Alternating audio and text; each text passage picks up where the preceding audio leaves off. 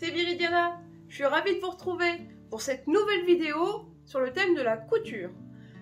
Je suis donc passionnée de couture et vous pouvez me retrouver sur Instagram sous le pseudo Viri or Glade of Life. Aujourd'hui nous sommes fin mai, début juin. Je vous présente donc un podcast sur tout le mois de mai. Voilà. Donc déjà, qu'est-ce que je porte? Eh bien, je porte une blouse Almas d'Urban Fairy avec l'encolure ronde. Enfin, monture n'est pas bien mise, dommage. J'adore. Le tissu, je ne sais pas d'où il vient, c'est un cadeau de ma maman, ou plus exactement, ma maman m'a filé la chute qui lui restait après un projet. Voilà. Donc c'est un crêpe de polyester, je pense. Oui, un crêpe de polyester. N'empêche que le fait que ce soit un crêpe, il colle pas trop à la peau, c'est assez confortable. La seule chose que je pourrais modifier pour la prochaine fois, c'est la hauteur de la pince poitrine. À part ça, c'est un bonheur à porter. Bref, passons. Je vous parle aujourd'hui donc de tout ce que j'ai pu réaliser au mois de mai. En mai, il a fait beau, il a fait bon, il a fait chaud. J'ai donc voulu porter mes petites robes. Vous savez, toutes celles que je vous ai présentées il y a quelques semaines dans un upcycling qui n'en était pas un. Voilà, donc j'ai voulu porter mes robes. Le problème c'est que souvent enfin, je rentre dans les détails mais c'est pas très grave, mes cuisses frottent. Donc j'aime porter en dessous de mes robes un petit legging. Je n'en avais qu'un, un vieux legging acheté chez Decathlon, mais qui se craquait de partout. Donc la première chose que j'ai faite, c'est réparer mon legging qui se craquait de partout. Pour ça, rien de plus simple, j'ai juste refait un surjet à la surjeteuse pour emprisonner tous les trous. Donc ça a réduit un petit peu l'ampleur de mon legging, de mon micro legging, mais au moins maintenant il n'y a plus de trous quand je le porte. Et je peux de nouveau porter mes petites robes sans souci pour mes cuisses, voilà. Du coup je me suis dit, ouais mais tu n'as qu'un legging, c'est pas suffisant, du coup tu portes toujours le même, c'est pour ça qu'il s'use vite. Bon, entre nous il a 15 ans, hein. Bon. Mais j'ai pris un patron de Charlotte Jobert pendant le confinement. Artisan et Charlotte Jobert faisaient régulièrement des soirées en live pour coudre des projets en commun. Et un soir, c'était le legging. J'avais donc participé à ce live, mais je n'avais pas cousu en même temps. Eh bien, c'est chose faite. J'ai fait mon premier legging de Charlotte Jobert. Donc, le patron était proposé en jambes longues, mais j'ai fait jambes courtes. D'ailleurs, je pourrais encore les raccourcir un petit peu la prochaine fois. Voici mon premier legging. Donc, c'est taille très haute, doublée. J'avais pas assez de tissu, donc j'ai doublé en plus clair, mais c'est très bien comme ça. Alors, l'avantage de ce legging, que j'ai fait en taille 46, 48, 46, je vérifierai, c'est qu'il est presque couleur chair, et c'est vrai que sous les robes, même veinées, la plus claire, ça ne se voit pas. La seule chose, comme je vous dis, c'est que la prochaine fois, j'enlèverai encore 3 cm pour qu'il soit plus court sous mes robes un peu plus courtes. Voilà, un vrai bonheur à coudre, c'était vraiment simple, pas de souci. Alors au départ, j'avais laissé une petite ouverture ici. Je me suis dit, si la taille haute ne colle pas assez à ma taille, je glisserai un élastique de 3 cm et je ferai comme une coulisse. Mais en fait, il n'y a pas eu besoin, donc j'ai juste refermé à la main la petite ouverture que j'avais laissée là. Et me voilà donc avec un deuxième legging pour porter mes jupes cet été.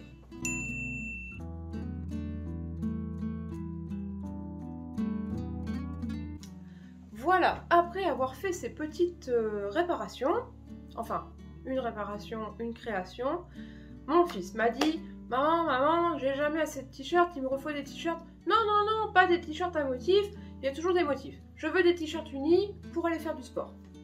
Qu'à cela ne tienne, j'ai sorti mon patron fétiche pour les garçons, c'est-à-dire le t-shirt Hercule d'Urban Fairy, et j'en ai fait deux versions quasi identiques pour mon fils, dans un jersey blanc cassé. Voilà. La seule différence qu'ils ont l'un et l'autre, c'est qu'il y en a un, je l'ai vraiment fait à sa taille, on va dire, c'est-à-dire le patron moins 3 cm, parce que mon fiston est un peu petit. Ça lui va bien, hein, il est très mignon comme ça, mais il est plus petit que la stature prévue pour le patron. Et l'autre, je l'ai fait vraiment stature standard, donc pour soi-disant 1m80 alors qu'il ne fait qu'1m60. Mais ma foi, ça lui plaît aussi comme ça. Donc 2 t-shirts, j'en ai fait un déplié pour vous faire voir. 2 t-shirts Hercule Urban Ferry dans la plus petite taille, si je me souviens bien c'est 42, ce qui équivaut à un 32 femmes, vous voyez ce que je veux dire. Pour les hommes c'est toujours 10 au-dessus, enfin voilà. Hop, avec une encolure ronde super bien posée, hein. Je suis maintenant une experte en la matière, je couds énormément de t-shirts en jersey. Les manches, ben voilà, courtes, et le t-shirt assez long.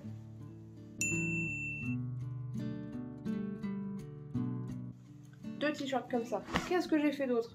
Je suis retournée après dans les réparations. Un des tout premiers t-shirts Hercule que j'ai fait pour mon mari. Voilà. Je l'ai fait à l'époque, je n'avais pas de recouvreuse et donc les ourlets étaient faits à l'aiguille double. Ça donne ce résultat. Seulement c'est quand même un petit peu fragile à porter au quotidien et ça avait craqué sur un côté. J'ai donc repris le côté à la recouvreuse pour refaire l'ourlet.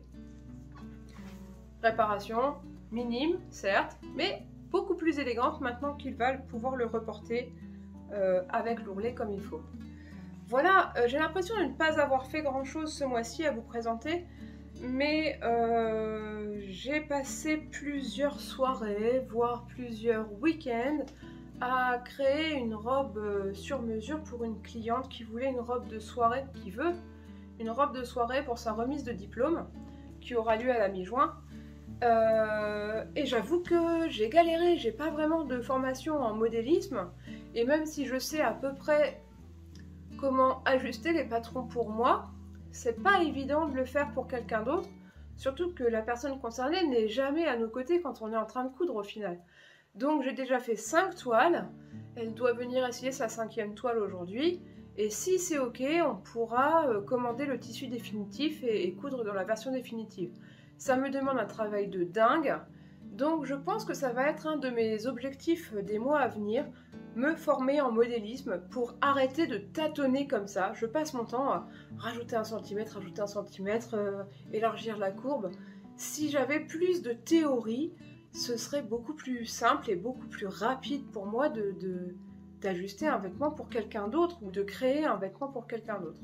Donc aujourd'hui, là tout de suite, je ne vous fais pas voir le résultat parce que c'est pas définitif. Si jamais on obtient la bonne forme avec la cliente avant la publication de ce podcast, je vous mettrai en fin de vidéo une photo ou une vidéo de la robe portée. Voilà, je ne vous promets rien parce que pour l'instant, à l'heure actuelle, c'est pas fini. Je suis à ma 5e toile. Je peux quand même vous faire voir à quoi ressemblent les premières toiles. Alors pour faire les premières toiles, j'utilise du voile d'hivernage parce que ça coûte vraiment pas grand chose. Et donc la toute première que j'ai faite était censée être un cache-cœur. Hop, donc ça c'est le dos, ça ce sont les devants, et ça venait se croiser comme ça. Mais rien qu'en l'essayant sur moi, parce que notre tour de poitrine est identique, j'ai vu que la croisure, ça n'allait pas du tout. Attendez, comme ça. Enfin, j'imagine que vous ne voyez rien, un blanc sur blanc, ça se voit pas. La croisure n'allait pas, ça montait trop, ça englobait beaucoup trop l'ensemble. C'est pas ça qu'il fallait pour l'esprit qu'elle m'avait demandé. Donc, je suis sortie du cache-cœur pour faire plutôt un faux cache-cœur avec un zip soit sur le côté, soit dans le dos. À l'époque, je savais pas encore trop. Et j'ai fait donc d'autres tests en voile d'hivernage juste pour le buste. Hop, on est à l'envers. Un faux cache-cœur comme ça. C'était déjà un peu mieux, mais j'avais pas le bon tour de poitrine. J'en ai fait encore un autre. Ah ouais, celui-là était un peu mieux. Mais quand elle est venue l'essayer, elle avait vraiment l'impression d'essayer une air robe. Hein. Il n'y avait rien à essayer. Voilà. Donc ça c'était mieux, la croisure était mieux. On voit qu'en fait, elle a certes le même tour de poitrine que moi, mais son tour de taille est beaucoup plus petit. En fait, il y a un beaucoup plus gros écart entre son tour de buste et son tour de poitrine. Donc il fallait faire des FBA, ce que j'ai fait, etc., etc. Donc ensuite j'ai encore eu une autre toile en voile d'hivernage mais qui est épinglée sur le mannequin, je peux donc pas vous faire voir. Et là je suis en train de finaliser ma 5e toile qui elle est dans un satin de polyester pour essayer de ressembler à l'aspect final, même si on ne veut pas de polyester pour la fin. Voilà.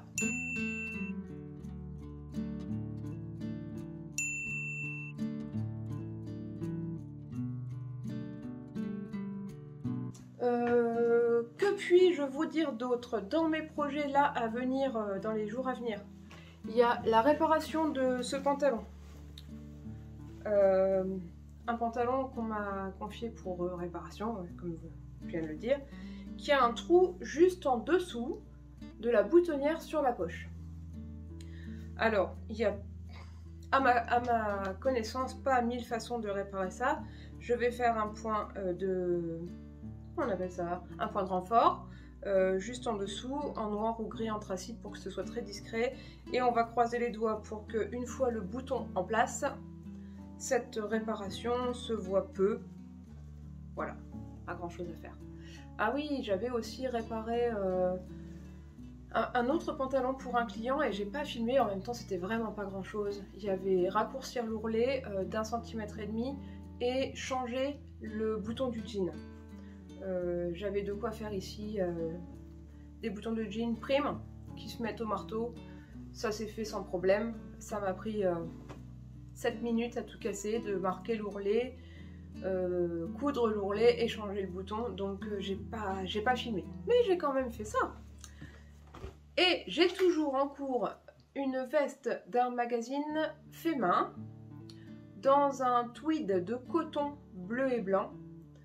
Ce tissu est une catastrophe à coudre, ça bouge énormément.